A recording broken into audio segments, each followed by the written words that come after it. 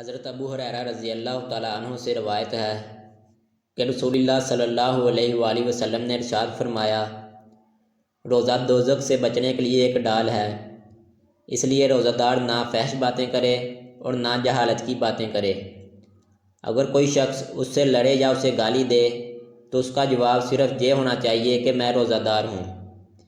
یہ الفاظ 2 مرتبہ کہہ دے، اس ذات کی قسم جس کے ہاتھ میں میری جان ہے، روزہ دار کے منہ کی بو اللہ کے نزدیک کستوری کی خوشبو سے بھی زیادہ پسندیدہ اور پاکیزہ ہے۔ اللہ تعالیٰ فرماتا ہے، بندہ اپنا کھانا پینا اور اپنی شہوت میرے لیے چھوڑ دیتا ہے، روزہ میرے لیے ہے اور میں ہی اس کا بدلہ دوں گا۔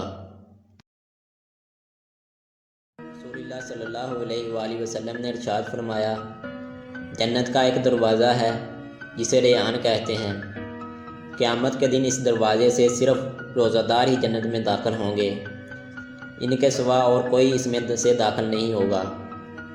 پکارا جائے گا کہ روزہ دار کہاں ہیں؟